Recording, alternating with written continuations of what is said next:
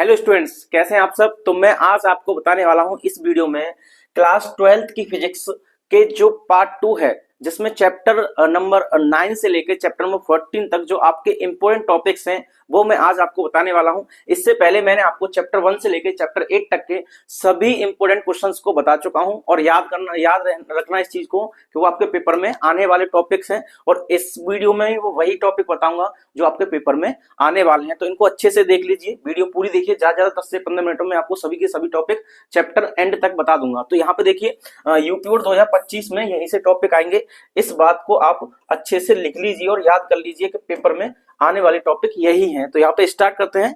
पहला जो चैप्टर है सेकंड बुक का, यानी चैप्टर नंबर 9, जिसका नाम है किरण प्रकाश की एवं प्रकाशिकी यंत्र। तो देखिए यहाँ से क्या आना है, लेंस से प्रतिबिंब का बनना अथवा लेंस सूत्र पर आधारित एक न्यूमेरिकल आएगा। क्या आएगा? एक न्यूमेरिकल। ध्यान सुन लेना, एक आंकिक प्रश्न यहाँ से आने वाला है।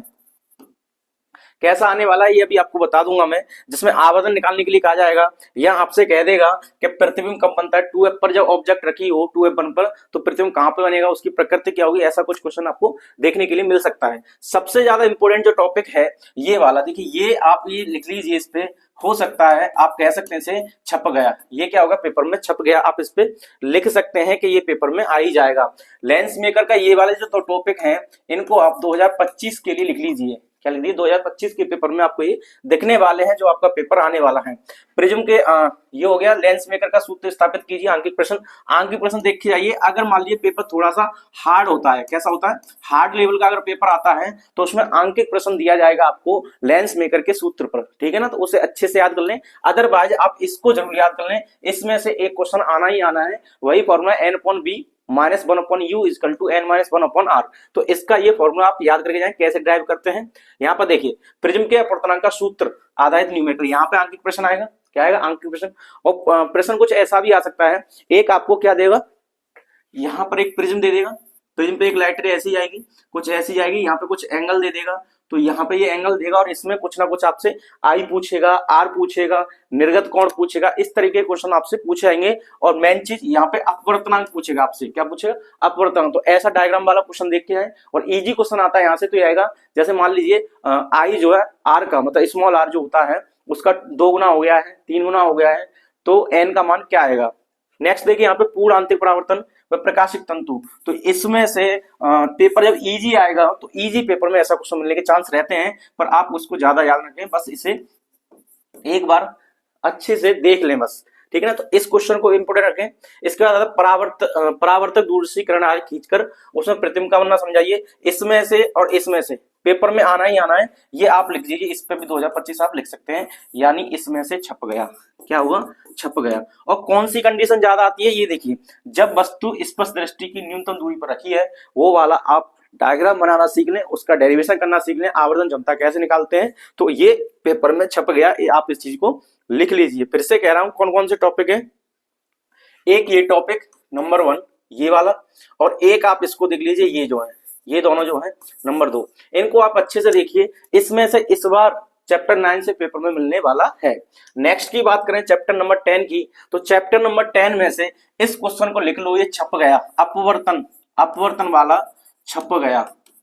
इस बार आपके पेपर में आने वाला है 2025 पे लिख दीजिए कि हाइगेंस के सिद्धांत के आधार पर अपवर्तन अथवा परावर्तन को सिद्ध कीजिए। तो अपवर्तन वाला आपके पेपर में देखने के लिए मिलेगा। हो सकता है किसी दूसरे सेट में आपके पास, आपके सेट में अगर ये नहीं आया तो ये आएगा, पर आएगा जरूर। हाइगेंस वाला पेपर, हाइगेंस वाला क्वेश्चन इस बार आना ही है। तो अगर मान लीजिए अगर यहां से भी पेपर को हटाता है तो ये क्वेश्चन जो है पहला वाला, ये देख लीजिए। ज्यादातर चांस है 100% कि अपवर्तन वाला ही आएगा। तो इसे अच्छे से डायग्राम बना के देखिए, नीट एंड क्लीन डायग्राम बनाना है, ताकि आपका एग्जामिनर कोई भी नंबर कट ना कर पाए। इस तरीके से आपको बनाना है।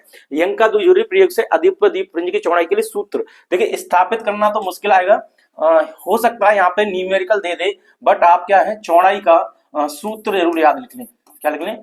फॉर्मूला जरूर याद कर लें। और ये वाला लिख लीजिए, मोस्ट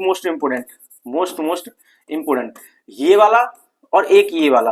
ये जो क्वेश्चन मैंने आपके सामने लिखा है, इन दोनों क्वेश्चन को इस चैप्टर में से आप अच्छे से देख के जाएं, हो सकता है इन दोनों में आ जाए। और एक ये लिख लीजिए, ये छप चुका है, ये फॉरवर्ड के उपयोग 2025 3 क्वेश्चन आप इसमें से लिख लीजिए। कितने क्वेश्चन, 3 क्वेश्चन लिख लीजिए। ये तीनों टॉपिक आने वाले हैं। एक तो हाइगेंस वाला लिख लीजिए, ये वाला, ठीक है, और एक आप एकल झिल्ली वाला सिंगल स्लिट एक्सपेरिमेंट जो है विवर्तन का, उससे आप पढ़ लीजिए किस तरीके के वहां पे इस तरीके डिजाइन जो बनती है, जो डिजाइन होती है यानी प्रतिरूप होता है, पैटर्न होता है, उसे बनाना देख लीजिए।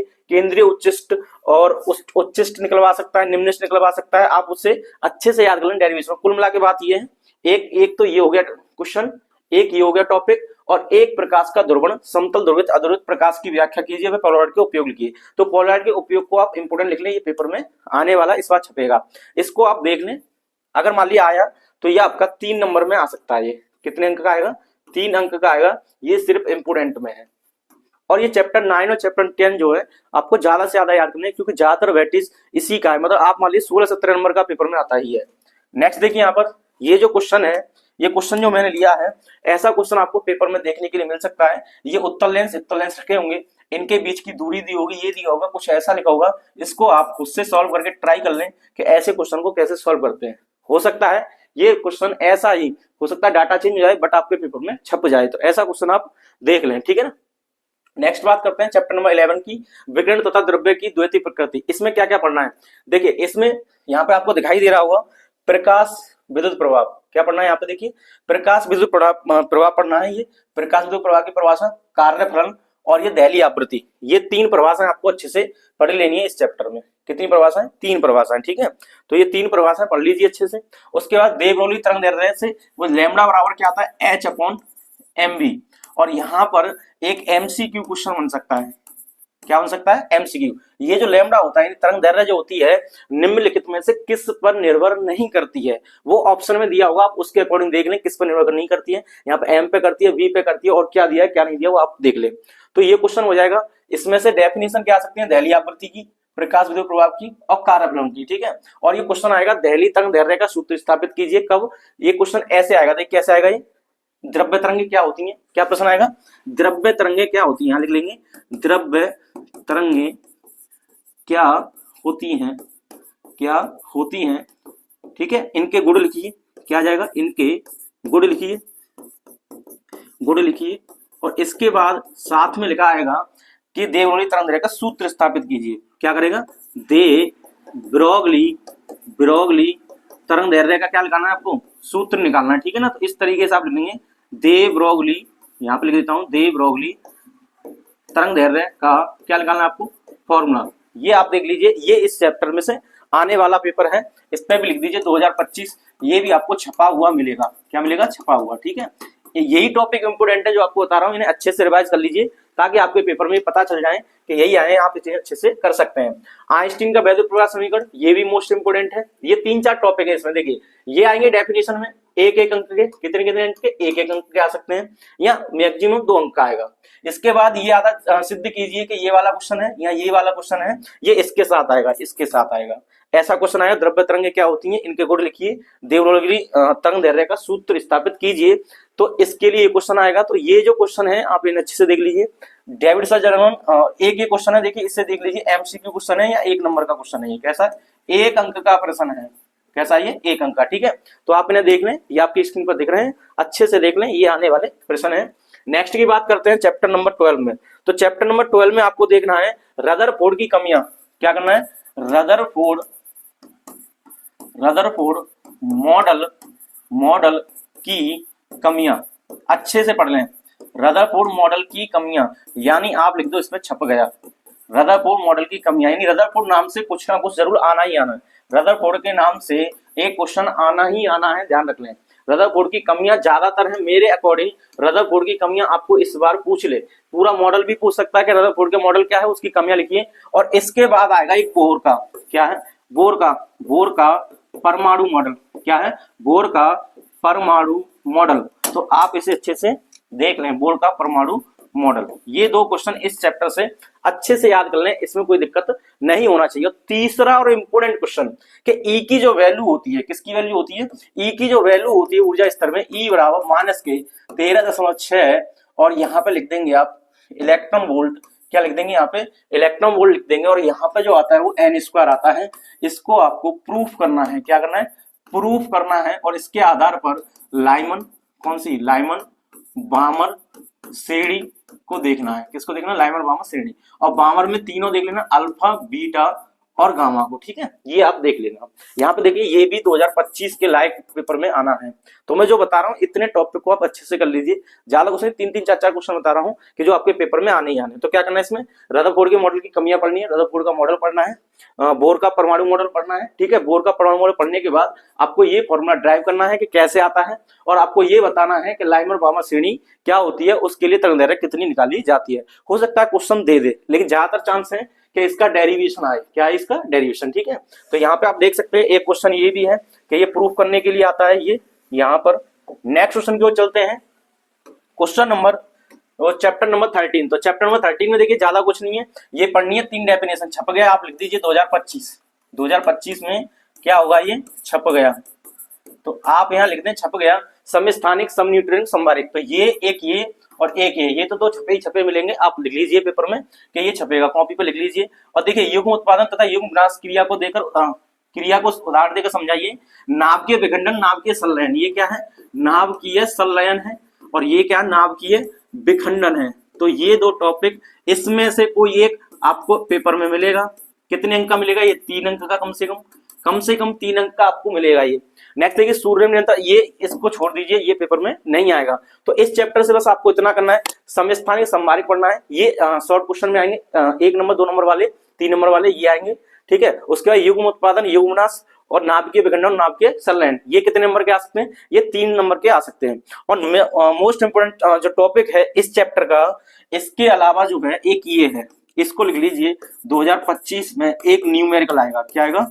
एक न्यूमेरिकल आएगा द्रव्यमान क्षति के ऊपर। किसके ऊपर? द्रव्यमान क्षति के ऊपर। और यहाँ पर देख सकते हैं मैंने क्वेश्चन लगाए हैं द्रव्यमान क्षति पे। इन क्वेश्चन को देख लीजिए, 2025 के लिए मोस्ट इंपोर्टेंट टॉपिक है ये, ठीक है। ये क्वेश्चन देख लीजिए और इनको खुद से सॉल्व कर लीजिए ताकि पेपर में आपको ज्यादा टाइम ना लगे और अच्छी कैलकुलेशन कर लें। तो 2 क्वेश्चन ये और 2 क्वेश्चन ये। पेपर हार्ड आता है, कैसा आता है? अगर पेपर हार्ड आएगा तो ये क्वेश्चन आपको देखने के लिए मिलेगा, यानी टफ, इस चैप्टर से टफ क्वेश्चन आता है तो ये आपके लिए टफ हो जाता है। और इसके अलावा अगर इजी सा आता है तो आप यहाँ देख सकते हैं ये दोनों क्वेश्चन, और ये जो दोनों क्वेश्चन है आपकी स्क्रीन पर दिख रहे होंगे, इनको आप अच्छे से कर लीजिएगा, ठीक है। और यहाँ पर देखिए चैप्टर नंबर 14 इस बुक का सबसे लास्ट जो चैप्टर है, इससे क्या आना है? तो यहाँ लास्ट चैप्टर से देखिए क्या क्या आना है, आप यहाँ देख सकते हैं। अर्धचालक इलेक्ट्रॉन की, तो देखिए पी टाइप एन टाइप अर्धचालकों क्या तात्पर्य है, पी टाइप एन टाइप अर्धचालकों से क्या तात्पर्य, यानी पहले आएगा आपका अर्धचालक क्या होते हैं, अर्धचालक क्या होते हैं। इसके बाद आएगा कितने प्रकार के होते हैं, कितने प्रकार के होते हैं पढ़ लीजिए। और पी टाइप एन टाइप अर्धचालकों के क्या तात्पर्य है। तो ये एन टाइप कौन से होते हैं, पी टाइप कौन से होते हैं, आपको ये बताना है। अगर ये नहीं आया तो आप इसको लिख लीजिए, ये तो छपेगा 2025 में, ये वाला छप गया। क्या छप गया? देखिए पीएन संधि डायोड क्या है। पीएन संधि डायोड में अग्र अभिनत और पश्च अभिनत यानी रिवर्स वाइस पश्च अभिनत, और क्या होता है फॉरवर्ड वाइस यानी अग्र अभिनत। इन दोनों टॉपिकों को आप लिख लीजिए, पेपर में छप गया है। और एक और, अगर भूल से भी अगर नहीं आता है तो ये तो छप गया। इन 2 में से दोनों को टॉपिक को पढ़ लें। यहाँ पे मैंने आपको बताया था पहले ही कि 2-2 या 3-3 टॉपिक बता रहा हूं जो आपके पेपर में आने वाले हैं, ठीक है ना। 2 या 3 टॉपिक से ज्यादा नहीं है। तो पी टाइप एन टाइप के चांस कम रहते हैं, पेपर आसान आएगा तो ये वाला क्वेश्चन दिया जाएगा इस चैप्टर से। अगर मान लीजिए थोड़ा सा टफ होगा तो यहाँ से ये वाला तो छप गया है, इसको तो लिख लिया। कौन सा? कि अर्ध तरंग दृष्टिकारी या पूर्ण तरंग दृष्टिकारी के रूप में, अर्ध तरंग दृष्टिकारी या पूर्ण तरंग दृष्टिकारी के रूप में पीएन संधि डायोड कैसे कार्य करता है, इसको आप सरल प्रपत्र बनाकर इसकी कार्यविधि समझाइए। इस चैप्टर को आप अच्छे से पढ़ लें, तो क्योंकि यहां से जो क्वेश्चन आने वाला है लगभग 3 या 5 अंक का आपको प्रश्न मिलेगा। हो सकता है 8 नंबर का दोनों एक साथ मिल जाए। तो एक तो ये क्वेश्चन ये वाला, और एक ऊर्जा बैंड के आधार पर चालक कुचालक और चालक को समझाइए, तो ये भी 2025 में आ सकता है। तो 3 टॉपिक में से सबसे ज्यादा जो क्या पढ़ना है, देखिए एक बार और बता रहा हूं मैं, इनको पढ़ लीजिए। एक तो ये पढ़ना है ये वाला मोस्ट इंपोर्टेंट, यानी इस पे लिख रहा हूं फिर से मैं, छप गया ये वाला क्वेश्चन, और एक ये वाला क्वेश्चन। ये 2 क्वेश्चन, एक और एक 2, इन 2 को अच्छे से पढ़ लें। मे भी इन 2 में से कोई आ जाए, पर ये 2 तो आने ही आने हैं, तो इन दोनों को आप अच्छे से पढ़ लें। तो ठीक है ना, इतने सारे क्वेश्चन मैं आपको यहाँ पे बता चुका हूं, इनको आप अच्छे से देख लीजिए, ठीक है ना। तो मैंने आपको बताया क्या, क्लास 12th की फिजिक्स के चैप्टर नंबर 9 से लेके चैप्टर नंबर 14 तक क्या क्या टॉपिक इंपोर्टेंट थे वो आपको मैं बता चुका हूं। और ज्यादा नहीं, मैं फिर से कह रहा हूं, दो दो तीन तीन चार चार टॉपिक बताए हैं, इनको आप अच्छे से लिख लीजिए। और रही बात न्यूमेरिकल्स की, तो वो तो आपके प्रैक्टिस से होंगे, तो इतना इस वीडियो में कर लीजिए, आपके नंबर अच्छे आएंगे उम्मीद करता हूं। और अगर आपको ये पसंद आया हुआ, इंपोर्टेंट टॉपिक्स कौन से हैं, कैसे हैं, तो आप कमेंट करके बताइए कि ये वीडियो कैसी लगी। ठीक है, तो मिलते हैं नेक्स्ट वीडियो में, जब तक के लिए पढ़ते रहिए, मुस्कुराते रहिए। जय हिंद।